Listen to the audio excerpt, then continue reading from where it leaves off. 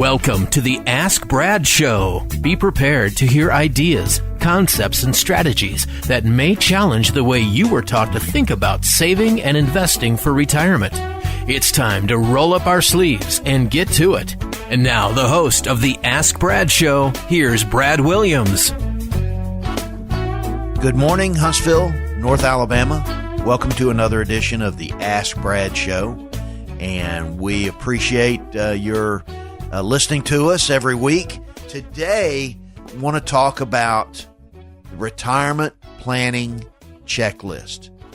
And by no means does this cover everything, but we're going to try to be as all-encompassing as I can be to look at, okay, let's say you are right on the verge of retiring and you're going through that mental gymnastics of, wow, what's next? What am I forgetting? What do I need to be doing? What do I need to be looking at? And what questions do I need to be asking? We're going to start with the very basics, and that is prior to retirement, you need to be setting up a budget, and you need to know what you're going to be spending. I know a lot of people saying, oh my God, there's that budget word again. You're going to make me make a budget. Well, you're right, I am. If you really want to have a successful retirement and you really want to know where things are, you got to have a budget. It's just like when you're taking a trip. Look at it as a retirement roadmap. You need to know where you are, which means you need to know what you have to deal with to take you where you want to go. And so we're going to cover a lot of the different items in your retirement planning, but you've got to be looking at where that money's going to be going. Without a budget, you can't do that. You've got to take into account a couple things. You have your traditional living expenses. You're going to have health care expenses, and we're going to cover that. You're going to have entertainment expenses. You may have expenses with children and grandchildren and things like that. So if you look at your retirement kind of in phases, that might help you budget and take into account things a little easier. And you got phase one, which is early retirement, phase two, which is middle retirement, and phase three, which is later retirement. You know, phase one is, you might say those are your go-go years. You've just retired for the next 5 to 10 years. You may be taking trips and enjoying time with your spouse, enjoying time with your grandkids, take them on trips to spend time with them. You've been working so hard your whole life, oftentimes, that you may have neglected some of those times. Well, now's your time to enjoy it. The next is that slow go years, those slow go years. And that's when maybe you're 72, 75, maybe a little older if you're lucky. And you just don't feel like traveling. You may not have the energy anymore. You may be taking trips, maybe just locally or regionally. I know a lot of my clients in those early years, that's when they take their European vacations and Alaska cruises and all that. And then when they get to those slow go, maybe that's when they go to Florida or something with their family and may not travel that much at all except to visit them. So that's your, you got your go-go, you got your slow go, and then eventually you're going to have the no-go years where you just don't really feel like traveling. And that's when some other expenses start creeping in, which are healthcare expenses. And I'm going to address those in a few minutes. So it's important to take into account each phase of retirement, the go-go years, the slow-go years, and the no-go years. If you would like a complimentary checklist for retirement, just call on our line here, 844-343-6048. That's 844-343-6048. We'll tell you how you can get this very valuable and free report, no cost, no obligation to you for our listeners. This will give you one of those foundational items that you need to begin having a sound retirement plan. And again, my phone number, 844-343-6048. We talked about our first step, setting a budget, looking at expenses. One important thing, too, is have an emergency fund. I use, in a lot of clients' planning, is the buckets of money approach, where you've got your money segregated in different buckets. That's a theme for another show, But what that is you're keeping a certain amount liquid and easily accessible for the short term, 0 to 5 years. And then you've got your 5 to 10 year bucket, which is your investments that have a little less liquidity, but a higher rate of return. And then your third bucket, which is your 10-year plus, that's where your more aggressive investments are, so that you're allowing them to do what they do best, which is grow, and you're not having to worry about markets ups and downs in that point. So that emergency fund is typically in that first bucket. That's that fairly liquid bucket that you know you're going to need, say, within the next 5 years. It's also good to have 3 to 6 months of total living expenses in case some emergency comes up. But these are the things you need to start planning for contingencies as you're getting ready for retirement. So, buckets is one way, cash flow analysis is another. I've just found that most people identify with the buckets approach because it's easily understandable. But it's only one way. There are many ways. I think what's important for people is the fact that there is not only one way. There are several ways. There are many ways to plan for your retirement. And the key is having a plan. I mean, that is it. It's just having the plan and having it calculated out and monitoring it on a regular basis. I think the next big thing after developing a budget, having an emergency fund, would be health insurance options.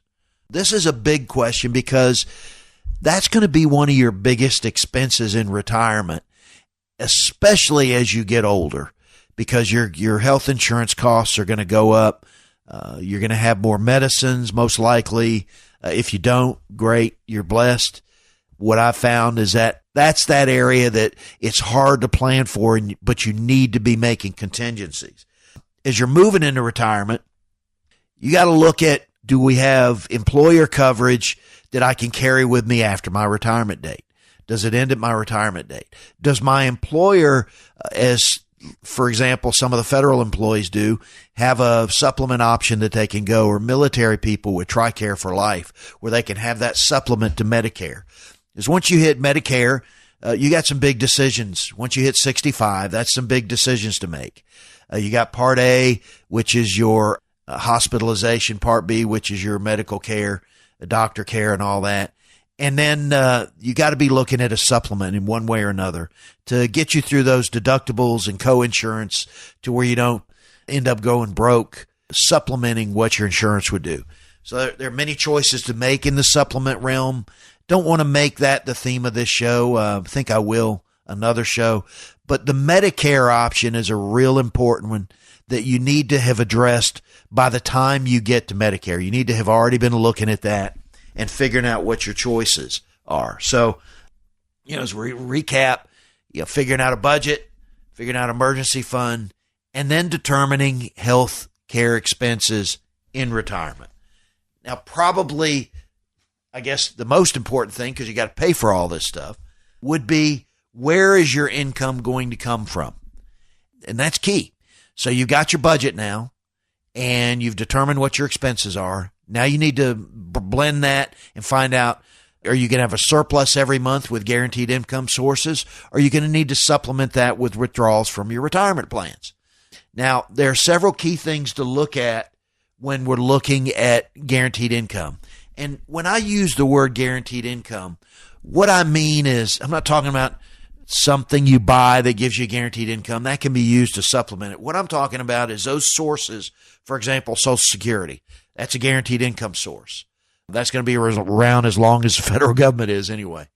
Second would be pensions, whether they're government pensions, military pensions, corporate pensions. Although we are, most corporations have moved away from that.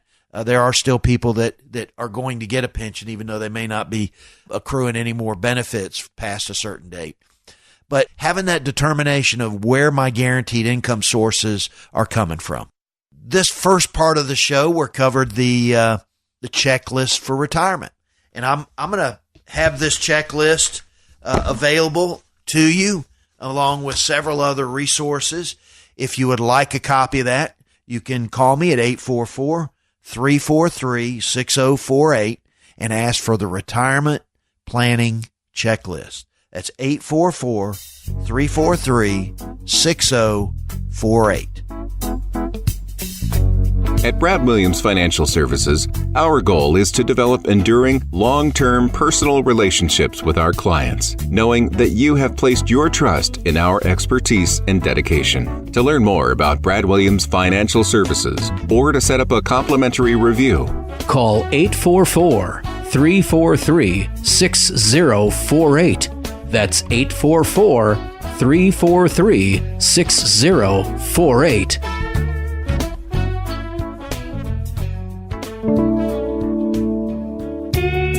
This is Brad Williams, and I have been privileged to have been an instructor over the last 12 years or so at the Osher Lifelong Learning Institute at the University of Alabama in Huntsville. They have some great course offerings. I'm currently teaching a course that I've written and taught for many years, Changing Face of Retirement in the 21st Century. But that's not all of the courses there. You can learn languages. You can learn hobbies, travel. There are so many things that you can get out of these courses they offer at the Osher Lifelong Learning Institute. So check it out today and come keep your brain working. For more information on the Osher Lifelong Learning Institute, call 256-824-6183. That's 256-824-6183. Or email olli.info@uah.edu. The Osher Lifelong Learning Institute. Come keep your brain working. Investing in the stock market these days is like riding a roller coaster. Leaving a place of safety, get on the coaster, hear the clickety-clack as you experience anticipation climbing to the top of the hill, followed by sheer panic as you plummet back to the earth, hoping you stay on track. You might be brave enough to repeat the process several times, going up and down, but never achieving higher highs and accomplishing nothing but anticipation followed by fear. The stock market has been doing this same ride of volatility with no real growth. Proper education, though, can help you find a better way to grow your money during these times. Call 844-343-6048. That's 844-343-6048.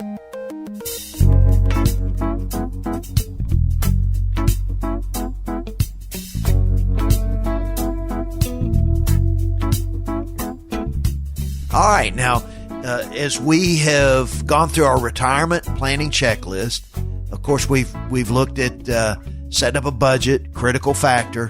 I know nobody likes to do that, but you need a budget. You just need a budget. There are tools online you can use it. A financial planner can help you with that. There are many ways to go about that. One way would be just take a couple of sample months and write down during the course of that month everything you spend. And then calculate it and multiply that by 12, and that'll pretty much give you an annual budget with some variation. It's always good to build a fudge factor in there. Then looking at emergency fund, and then looking at healthcare options. Guaranteed income sources. Well, probably the number one that comes to mind when people think of guaranteed income sources is Social Security. And folks, we're probably going to spend a little time on Social Security today simply because it's pretty detailed. And there's a lot to consider when you're looking at Social Security. You have what's called your full retirement benefit. And I think most people understand you can claim early. You can claim at your full retirement age. In my case, it's just over 66. A lot of you may still be 65. And some it may be 67. That's your FRA, your full retirement age. A couple things happen at full retirement age. You don't get a penalty for working and collecting Social Security. See, that's another thing about timing your Social Security is you got to take into account that if you claim your Social Security benefit early, then you could possibly lose benefits if you're continuing to work, even on a part-time basis. There's some annual limits on that. So you got to be careful there. And then knowing that at age 70, it's maxed out. So there's no sense in waiting after 70 for Social Security because you're leaving money on the table. It's your money. So You do get an 8% deferred retirement credit based from your full retirement age each year until you hit 70. So if you can wait, there's not any private annuities you can buy from an insurance company that can give you that kind of rate of return as Social Security can by waiting until age 70. Now, some people can't, so they need to claim it when they need to claim it. But you just need to understand that. And understand that a lot of people may be assuming their retirement age is 65, but it's not. Their retirement age is a higher age. So you got to look at your taxation of benefits, because where you get your income has a lot of bearing on how your Social Security is taxable. Again, that's a topic for another show, which I've done and will do again to get into Social Security in a much more detailed way. You've also got to take into account that your claiming age, if you claim at full retirement age, you will have gotten the maximum benefit for your spouse. If you claim early, what happens is you've reduced your spouse's benefit. So when you're in that all-fired hurry to get out of the workforce and claim at 62, just remember that benefit may be taxed away if you earn too much, and that you've also set the maximum benefit for your spouse. You got some choices you got to make if you're widowed or divorced. So there's a lot in Social Security that you got to take into account. I use what's called Social Security timing, which is a thorough analysis that I run my clients through in the beginning of the planning process. That's usually one of those foundational pieces of information that we put together when we start working together is, okay, let's look at Social Security and your longevity, your health, your family traits, what you think your life expectancy is, things like that need to be taken into account when you make that Social Security claim. And it's not as easy as you think. There are so many different ways to claim Social Security that end up with a different result. But it's just good to have a plan. Looking at Social Security from that standpoint as that first foundational source of income is very, very important. If you would like a complimentary Social Security timing report, just call my office on our line here, 844-343-6048. That's 844-343-6048. We'll tell you how you can get this very valuable free report, no cost, no obligation to you for our listeners. This will give you one of those foundational items that you need to begin having a sound retirement plan. All right, now the next step after Social Security would be choosing a pension option. I think most people who've gone through that understand that most companies will offer you a full pension just for you. You can take a partially reduced pension for you and then guarantee a certain amount for your spouse. And it can be everything from 70, 50, 25%. It just depends on what options are considered in that plan. Knowing what that means, knowing what Social Security means for you and your spouse, and knowing what the pension options are for you and your spouse is very important. And choosing a pension option is critical. And you do not want to do that without thorough evaluation of what your options are. It's just really, really critical. So again, as we look at the first step in that, it is knowing where your guaranteed sources of income are, which are Social Security and any pension benefits. And knowing how those are taxed and how they coordinate together is really, really important. The next thing is coming up with a timeline. Once you've looked at Social Security timing, once you've looked at your pension and when might be the optimal time to take that, is coming up with, okay, this is my budget. These are the particular years I need income. These are the income sources I'm getting them from. Do I have a surplus or shortfall? And that's where making withdrawals from a 401k, an IRA, a 403b, one of those retirement accounts or brokerage account, if that's the case, would come into play. Then you've handled that income part of it and taken money out of your 401k, especially when you're below 59.5. That's something you need to understand too.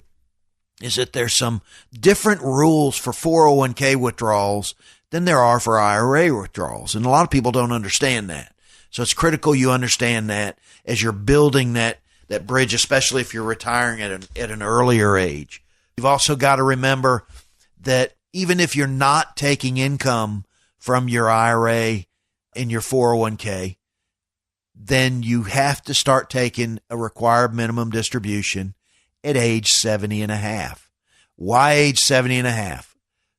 Nobody knows. I read a story that they asked one of the guys that was putting that together why they came up with 70 and a half, and he didn't even know.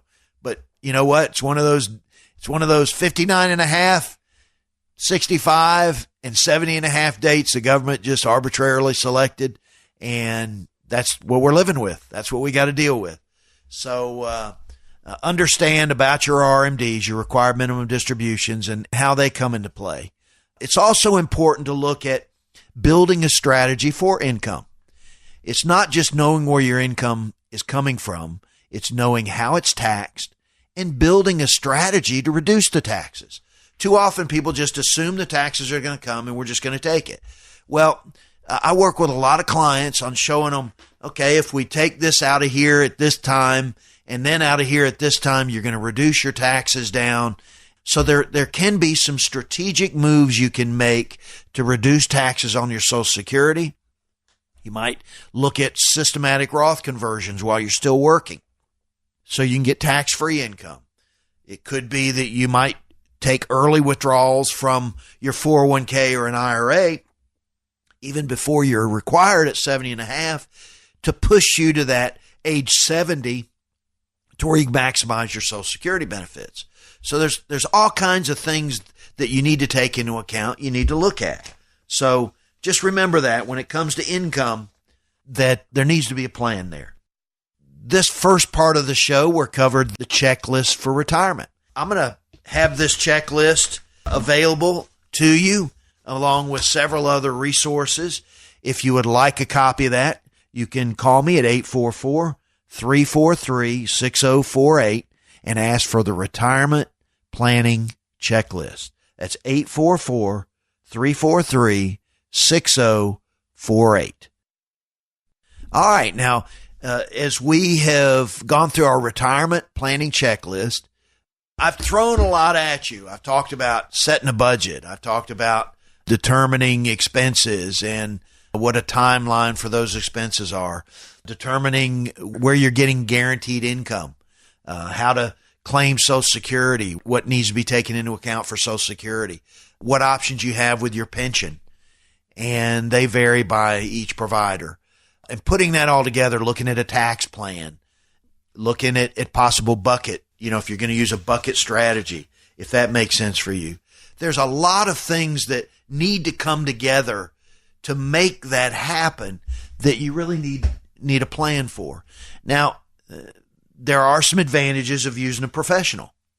Typically, they've got the software. I know I do. They should have the software. They've had experience. They should have had experience anyway. But helping you through these and holding your hand, interview them. Remember, when you're sitting down with a financial advisor, remember that you're interviewing them, and it's okay to ask them the tough questions. Be careful when you feel like they're already leading you to a solution. If they already know what funds they're going to put you in, if they already know what strategies they're going to use in the first time you get together, when they really haven't asked you that many questions, that should be a red flag. That planning process that I just described with all those tools typically takes me about 3 meetings to go through before we actually execute a plan. And 3 is typically the minimum, because you need to take your time and be deliberate. That's the key.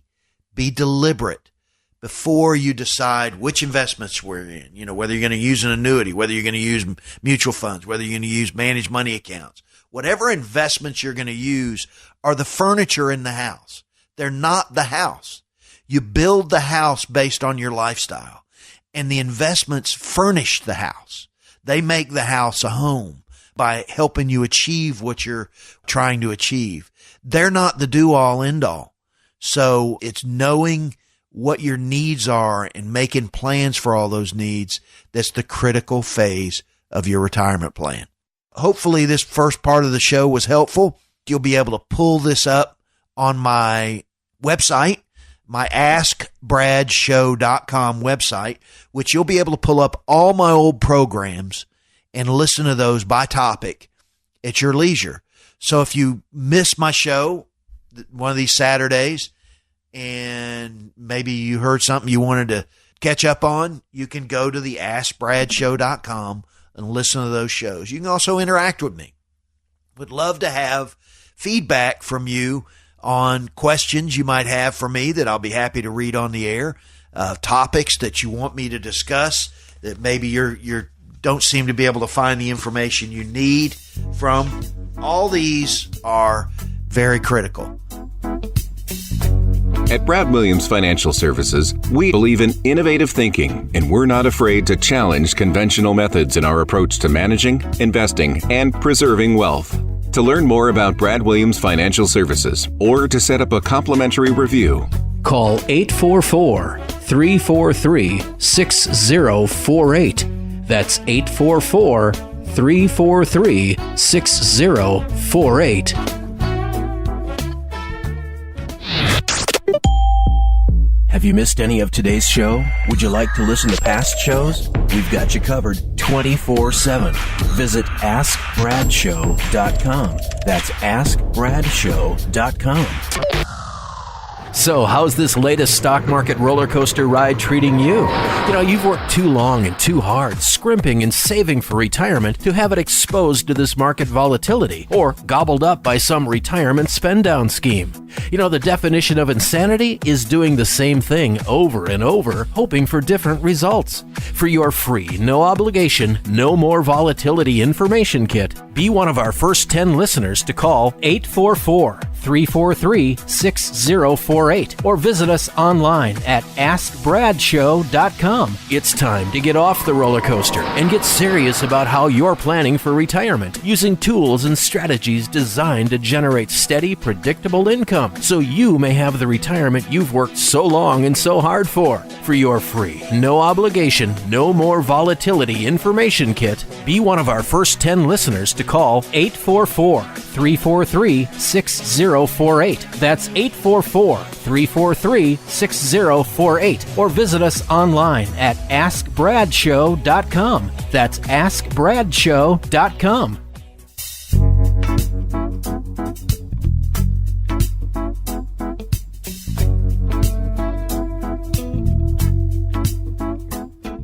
What I'd like to talk about, and I teach at UAH at the Osher Institute. I've been privileged to be an instructor there for going on 12 years now. And you've probably heard our public service announcement we do for them, because I think that's just a great institution. There's so many classes that you can attend there. Boy, you can learn everything from different languages to arts to history to travel, political things. I teach a class called Changing Face of Retirement in the 21st Century that I modify every year, and they bless me by asking me to come back every year to teach that. And I'm currently in the fall semester teaching that. We covered estate planning, and we got a lot of questions on that. And I thought what would make the great second half of this show is to touch on the items in a good estate plan. In the first part of the show, I talked about the retirement planning checklist. Well, that'll get you into retirement, help you get through retirement. But what happens at the end of retirement? Well, it's important that you have a transition plan. And I think there's some misunderstandings about what an estate plan actually is. It's not just for wealthy people. It's basically about accumulating, preserving, and ultimately distributing your assets. It's having a plan. Just like I said, you got to have a plan to go into retirement. I hate to say this, you really need a good one to get out of it. Not that you want to, but it's part of the process of life. So it's making sure that all that you've worked for go to whom and to whatever entity you want it to go to. If you don't do that, well, you incur a lot of legal costs. You incur a lot of stress on the family. There could be tax issues by not doing things correctly. One of the things an estate plan could do is help prevent Medicaid spend down. Now, we've seen change in, a lot of people, when you say estate plan, they automatically think of the federal estate tax.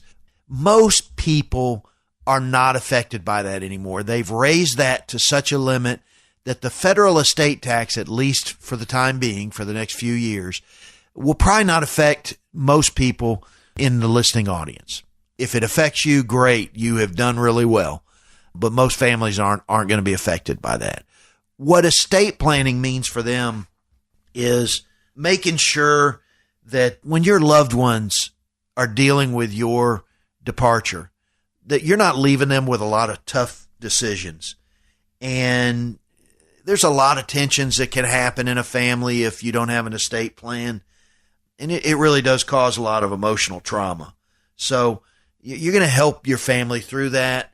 I use a tool in the interim planning of that called the Beneficiary Directory, which a lot of my clients have found very helpful. And as a matter of fact, would be happy to give out for the first 3 callers a workbook, a Beneficiary Directory workbook. If you'll call 844-343-6048, that's 844-343-6048. For the first 3 callers, just ask for the Beneficiary Directory workbook, and we'll get the information, get that mailed out to you. That's a good way to start. Now, let's take a look at what makes a good estate plan. Well, having a clear plan for the disposition of your assets, spells out who gets it and what they get. There are ways that could be that you got a will. You're trying to figure out whether you need a trust, and we'll cover that as we go along. But it's what that will says, where it goes. Now, there are other things you can do too. And for those who are sitting here thinking, wow, I don't have a big estate. I've got several IRAs and, I got a brokerage account, a couple bank accounts, and my house, but that's pretty much it. Why do I need to go through an elaborate estate plan? Well, what you want to do is have a will to cover those personal possessions, and then it might be using payable on death or transfer on death forms to get those transferred without going through probate, because probate is that process you've got to go through to prove your will valid. In fact, that's what probate means. It's to dispose of the assets. In the state of Alabama, there's a 6-month minimum probate period, so you got to keep that in mind. And so what I always coach people is try to have as little financial aspects go through that will as possible. And that's a discussion to have at another time of whether you need a will, whether you need a trust. Today, we're just talking about things in general, having an estate plan. So you die, it goes to probate court, and there's 6-month waiting period so that it allows creditors to make claim to your estate. And what that means is, for example, if you've had a new roof put on and you haven't finished paying the roofer yet, you die. Well, it gives him 6 months to make a claim to your estate so he can get paid for the work he did. Any other creditors as well. So just remember that. That's why that probate period. Now, when you use a beneficiary-driven plan, whether it's through your 401ks, your IRAs, your brokerage accounts, where you're actually naming a primary and successor beneficiary, you can bypass that probate process. Another mistake when it comes to beneficiary forms is not having a contingent beneficiary, not having a secondary beneficiary. And that's critical, because if you're naming your wife and you both die in a common accident, it's going to have to be probated. There's going to be some issues there. It may cost the kids some money or grandkids some money. So again, one of the things I do with my clients is do a regular beneficiary review so that these little issues don't happen. And that's something you need to be doing with a financial advisor if you have one. If they're not asking you to do a beneficiary review periodically, and I'm not talking about every 10 years, I'm talking about, maybe every year or two as part of your annual review process, then you need to ask about that. Why are we not doing that? This is important. What a financial advisor does is he brings value to the equation. bottom line is, if all a financial's doing is showing you investments and making a commission, then you need to look at that arrangement, because a true financial advisor needs to really be helping you, coach you through these things we're talking about.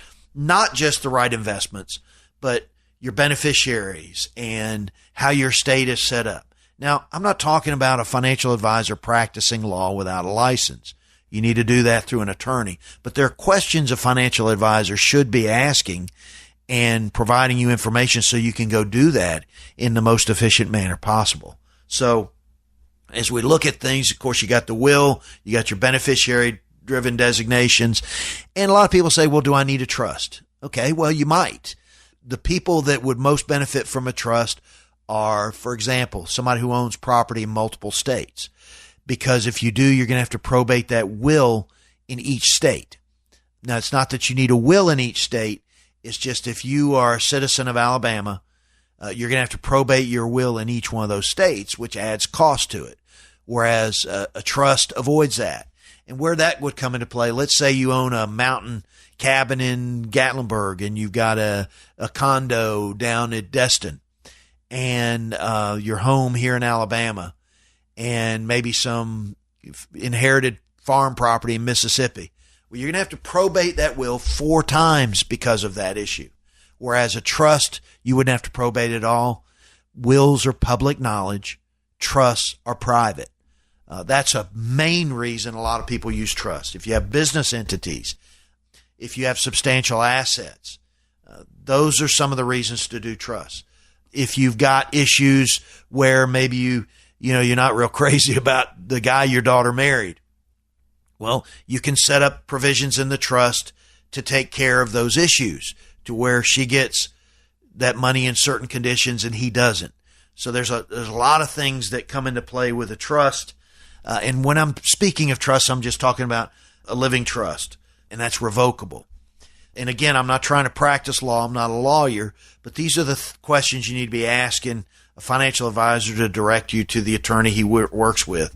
In fact, today when I was doing my class at UAH, I had the attorney I work with a lot, who does a lot of stuff for my clients, he always comes in and helps me with that class, because it's good to throw things off each other to make sure all the bases are covered.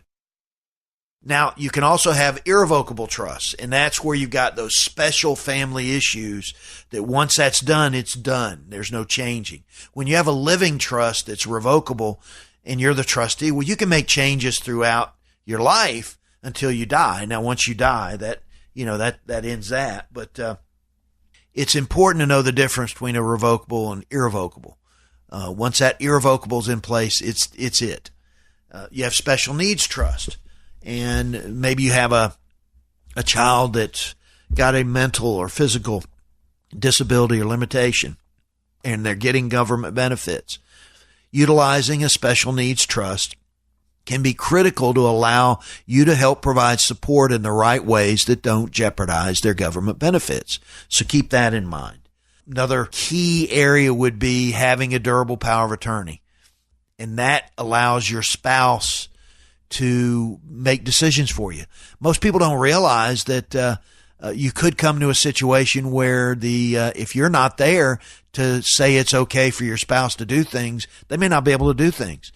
I got a rude awakening when my daughter she was having neck problems, and I sent her to a chiropractor friend of mine, and he's also a client.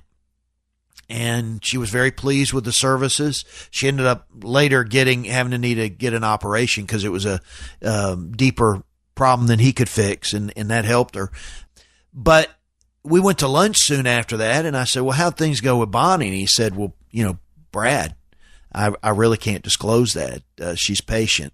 And I says, well, she's my daughter. And he says, well, I know that, but HIPAA precludes me from discussing that with you because of her age. And I was like, oh, okay. And that was kind of a rude awakening a few years ago when I found out doctor can't even tell me about my daughter's issues, who's still a minor, because of HIPAA. Well, same thing applies to spouses. So having a durable power of attorney that is in place that would allow them to be able to talk your spouse or to you about your spouse is critical. I mean, it's critical. And as a matter of fact, would be happy to give out for the first 3 callers a workbook, a beneficiary directory workbook. If you'll call 844-343-6048, that's 844-343-6048. For the first 3 callers, just ask for the beneficiary directory workbook, and we'll get the information, get that mailed out to you. That's a good way to start. The next thing probably that's really important is an advanced healthcare directive, and that is telling them when to pull the plug. What are your wishes in the event you're in a coma or a like situation? And do you want life support? Do you not? You got to put that in writing in advance. We all remember the Terry Schiavo incident that caused quite a bit of consternation among her family and the nation for that matter. So we look at all this and we put it all together. You got your will, you got potential trust, whether it's revocable, irrevocable. You got your durable power of attorney. You got your advanced healthcare directive. All these are components of a good estate plan. And a good estate plan needs to be revisited on a regular basis, not necessarily to change it. But if you haven't written a will in 20 years, you might want to look at that again. If you have written a durable power of attorney 10 years ago, you might want to look at that again because some laws have changed that may make that bank not accept it. So you need to check into that.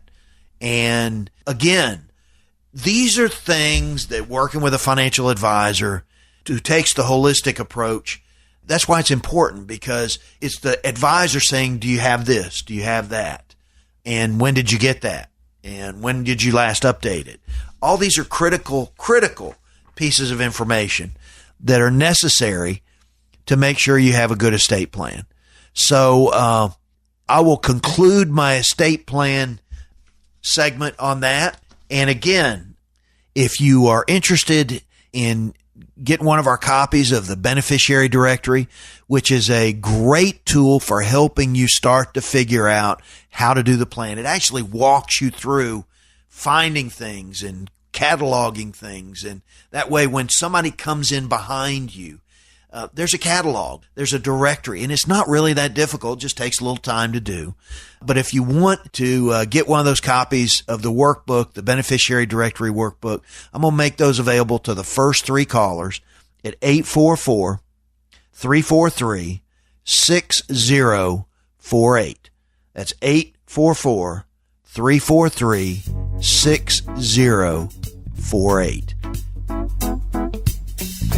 At Brad Williams Financial Services, we understand the struggles that families and business owners face today. We want to help you develop, implement, and monitor a strategy that's designed to address your personal objectives and individual situation. To learn more about Brad Williams Financial Services or to set up a complimentary review, call 844-343-6048. That's 844-343-6048. Thanks for listening to our show today. In retirement, you only get one chance to get it right, and we know that proper information leads to informed decisions. And that's why we hold free informational workshops in our area every month. Topics like Social Security, RMDs, the latest retirement tax strategies, IRAs, estate planning, and so much more. For dates and times of the next free workshop in your area, just pick up the phone. Give us a call today. Call 844-343-6048. That's 844-343-6048.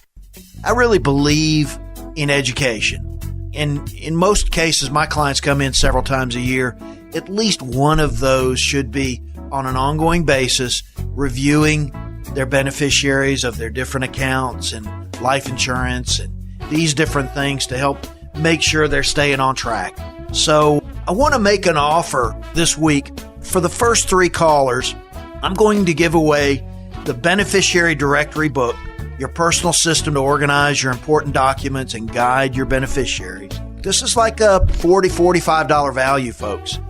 And I'm going to offer that to the first 3 callers at 844-343-6048. That's 844-343-6048.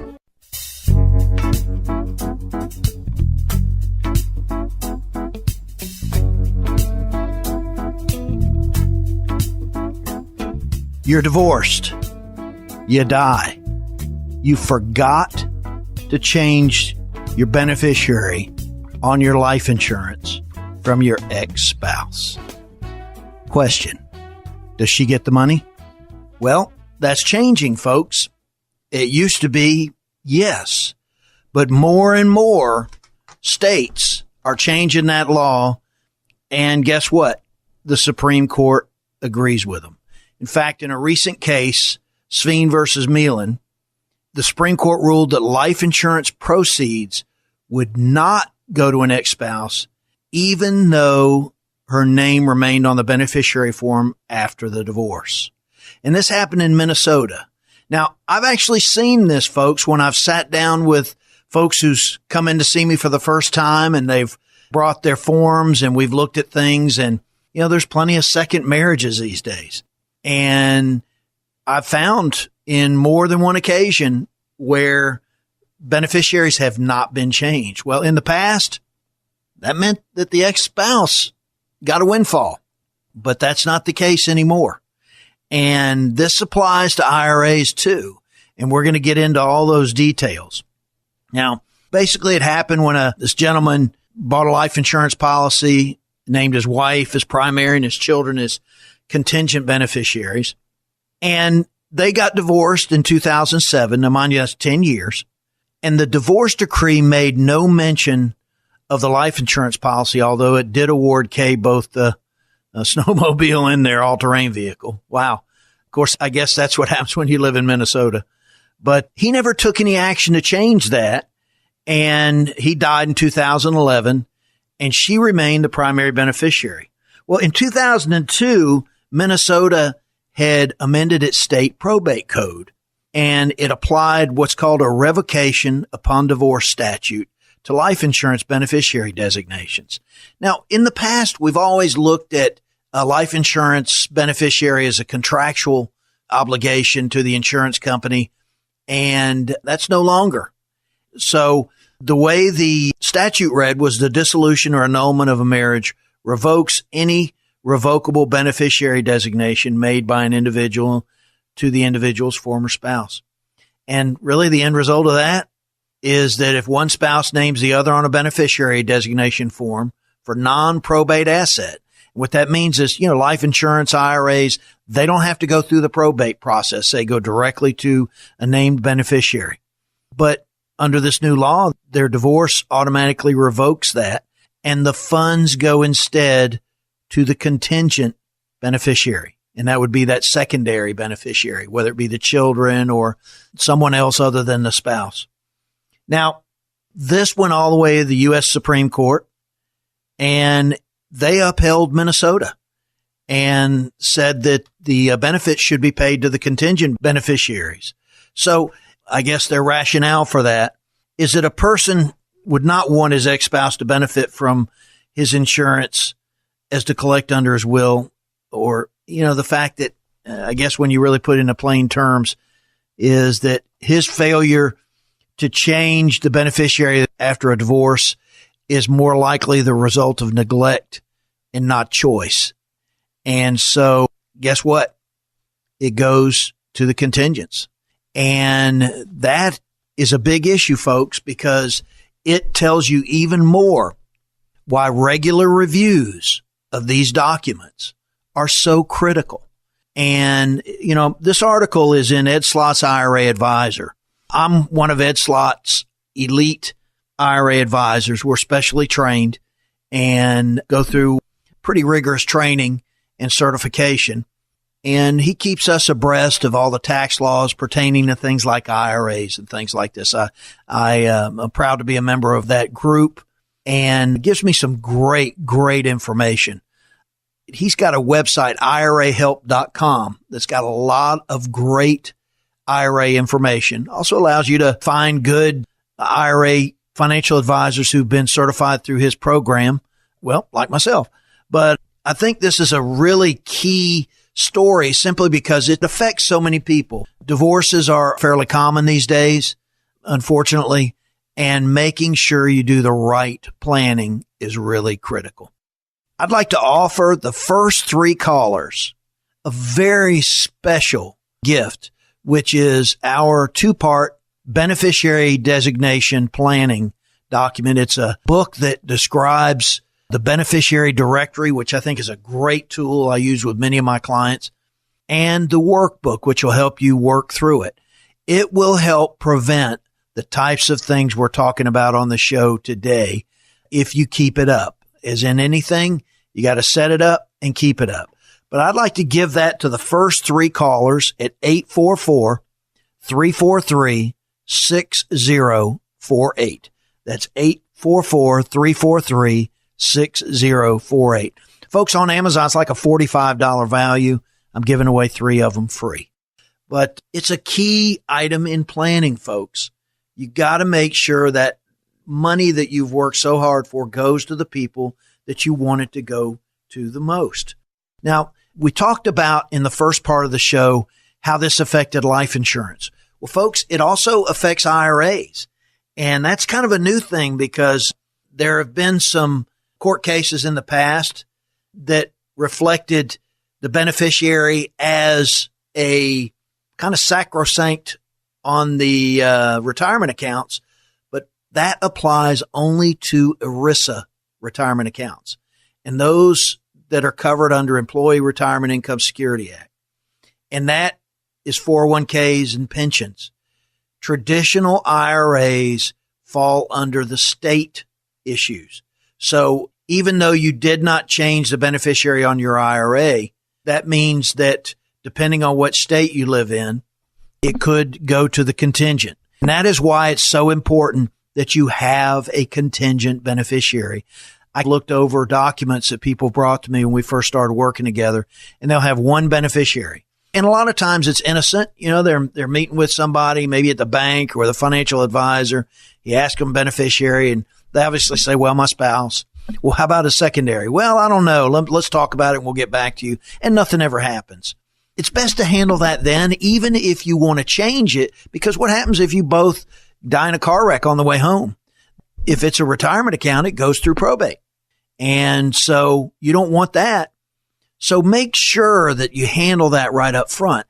And now in the state of Alabama, as of 2015, the same issues apply as they did in Minnesota, where the ex-spouse doesn't necessarily stay on as the beneficiary. So, folks, this only adds to so many topics that I cover that these issues need to be addressed on a regular basis, and they need to be dealt with working with a professional who understands it.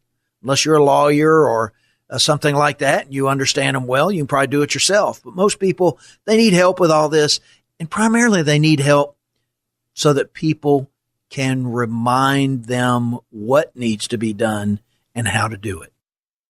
Now, Huntsville and North Alabama, I hope you have a great next week. Again, if you have a question that you would like me to address on air, I'll keep you confidential.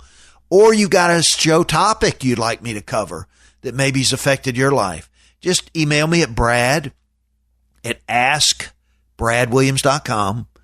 And just like it is, ASK, brad@askbradwilliams.com. And I'll be happy to address that as soon as possible. Again, thank you for listening, and I look forward to talking to you next week. That's all the time we have for today. To learn more about Brad Williams Financial Services or to set up a complimentary review, call 844-343-6048. That's 844-343-6048. Investment advisory services offered through Sound Income Strategies, LLC, an SEC-registered investment advisory firm. Brad Williams Financial Services and Sound Income Strategies, LLC are not associated entities.